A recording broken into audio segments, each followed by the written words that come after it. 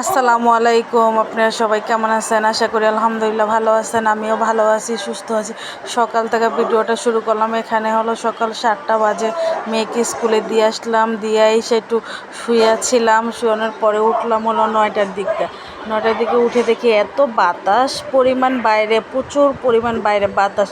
আর এখানে মেলা বসছে, মেলাও 10টা বাজে, তো মেলাও এখন সুন্দর করে বসেনি। তারপরে আমি সুন্দর করে রুমটি গুছাচ্ছিলাম। রুম আশেপাশের দুইটা আমার রুম ছিল, আমার জালের রুম ছিল, এই দুইটা গুছাই আসলাম। এখানে সোপাটি গুছাইতেছিলাম। সোপাটির ভিতরে আশেপাশের বালু না, অনেক বালু পড়ে যায় সোপার ভিতরে। বলতেছি সোপার কাপড় আনবো, তাই সোপাটি সুন্দর করে ঝাড়ু দিতেছিলাম। ঝাড়ু দিয়ে তারপরে কুসুম কাপড়টি সুন্দর করে আমি আবার জায়গায় জায়গায় রাখতেছিলাম। মেয়ে তো আজকে স্কুল ছিল, মেয়ের আবার কালকে বন্ধ আছে, আবার পরশু দিন থেকে ফুল ক্লাস। এখানে আমার শ্বশুর আবার সবজি নিয়ে আসছে, হাঁটতে গেছিল শ্বশুর, তাই সবজি নিয়ে আসছে। এখানে পটল আনছে, ভেন্ডি আনছে। তারপরে আমি আবার এটা একটু খাবারের টেবিলটা আমি একটু গুছাইতেছিলাম। আমি তো সকালবেলা নাস্তা করি না, একটু চা খাইতে আমার আজকে মন চাইলো, জন্য একটু চাও বসাইলাম। চাটা বসে খেয়ে নিব একটা পাউডার দিয়া। আমাদের বাসায় তো ফ্রোজেন পাউডার থাকে, তারপর খাইয়ে নেবো একটু পাউডার। আমার আজকে ভালো লাগতেছিল না, কেমন যেন লাগতেছিল। আমি সচরাচর সকালবেলা কিছু খাই না। খেয়ে তারপরে রান্না করে আসলাম। আজকে রান্না করব হলো নদীর বাইলা মাছ দিয়ে, আর হলো নদীর বাইলা মাছ আর ভেন্ডি দিয়ে রান্না করব আজকে।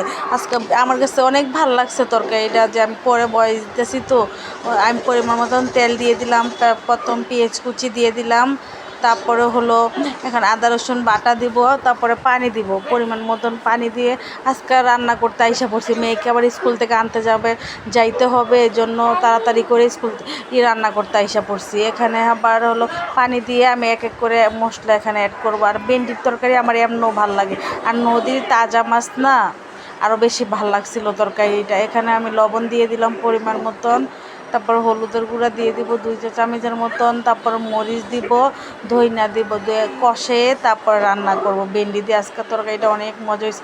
আপনারা এভাবে রান্না করে খেয়ে দেখেন, ভাল লাগবে।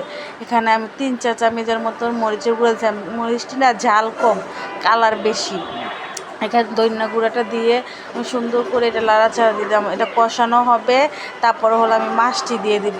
মাছটি কষাই, আর কালারটা দেখা যায় কি লাল টক টক করতেছে কালার। এরকম করলাম কালার না, কালার হলো কম। এই যে আমি এখন মাছটি দিয়ে দিলাম, বাইলা মাছটি। মাছ তো নরম, বাইলা মাছও নরম, ভেন্ডিও একটা নরম টাইপেরই তরকারি। সুন্দর করে, আর বাইলা মাছ তো বেশি লাড়া দিলে ভেঙে যায়, সেজন্য আর বেশি আমি সুন্দর করে লাড়া দিলাম না, হালকা করে লাড়া দিয়ে তারপরে হলো আমি এখানে একটু কষানোর পরে হলো ভেন্ডিটি আমি কাইটে রাখছিলাম, ভেন্ডিটি আমি এখানে দিয়ে দিব। ভেন্ডিটি দিয়ে তারপর অল্পক্ষণ কষে তারপরে পানি দিয়ে দিব। বেশি কষাইতে গেলে আবার মাছ একবার গলে যাবে, নরম মাছ তো। আর ভেন্ডির সাথে তো এই যে সুন্দর করে ভেন্ডির সাথে লাগাচ্ছিলাম, আর যেমন লাগতেছে কি ভেঙে যাবে, ভাঙেনি। আমি হালকা করে একটু কষায়ে তারপরে হলো এখানে আমি পানি দিয়ে দিব, গরম পানিটা দিয়ে দিব। গরম পানিটা দিলে কি হবে, তাড়াতাড়ি করে উঠটা নিয়ে আসে। আমি আবার কী করছি, যে সময় সকালবেলা রান্না করে এক ডেকচি গরম পানি বসায় রাখছি।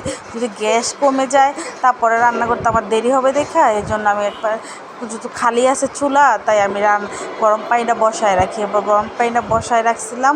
এখানে আমি পরিমাণ মতন পানি দিয়ে দিলাম। পানিটা দেওয়ার পরে হলো 2-3টা কাঁচামরিচ দিয়ে দিছিলাম। তরকারি যত ঝাল কম হয়, এই জন্য 2-3টা কাঁচামরিচটা দিয়ে আমি সুন্দর করে লাড়াচাড়া, যে এখানে ধনিয়া পাতা দিব, ধনিয়া পাতা দিয়ে নামাই ফেলবো। একটু ঝোল ঝোলেই রান্না করবো। আর ভেন্ডি তো ঝোল খায় অনেক, ভেন্ডির ভিতরে ঝোল ঢোকে বেশি মাত্রায়। এখানে তরকারিটা কালারটা এমনি বোঝা যাচ্ছে না, তরকারি এখানে ধনিয়া পাতা দেওয়ার পরে না কালারটা, স্মেলটা অনেক সুন্দর আসছিলো। এখানে আমি ধনিয়া পাতাটা দিয়ে দিলাম। আর এখানকার ধনিয়া পাতা তো স্মেল অনেক ভাল লাগে, আমার কাছে অনেকই ভাল লাগে ধনিয়া পাতার স্মেলটা। এখানে হলো সুন্দর করে আমি হলো দিয়ে ধনিয়া পাতাটা লাড়া দিলাম। লাড়াটা দিয়ে তারপর হলো এটা আমি করব, এটা নামাই ফেলবো। 2 মিনিট জাল দিয়ে তারপর নামাই ফেলবো তরকারিটা। আর তরকারিটা কালারটা মাশাআল্লাহ দিলে অনেক সুন্দর আসছে, আর খেতেও অনেক মজা লাগছে। আমার গুঁড়ো মাছ এভাবে রান্না করলে অনেক ভালো লাগে। আবার আরেক চুলায় আমি মাংস বসাই দিচ্ছি। এখানে মাংস অলরেডি হয়ে গেছে। আমি জিরা গুঁড়া দিব, জিরা গুঁড়াটা দিয়ে 5-6 মিনিট রেখে নামাই ফেলবো। এখানে হলো যে আমি আবার জিরা গুঁড়াটা দিয়ে সুন্দর করে তরকারিটার ভিতরে 5-6 মিনিট রেখে তারপরে নামাই ফেলতেছিলাম তরকারিটা।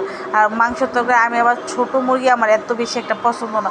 আমার হাজব্যান্ড আবার 5টা ছোটো মুরগি আনছিল, রান্না করছি বাচ্চার জন্য।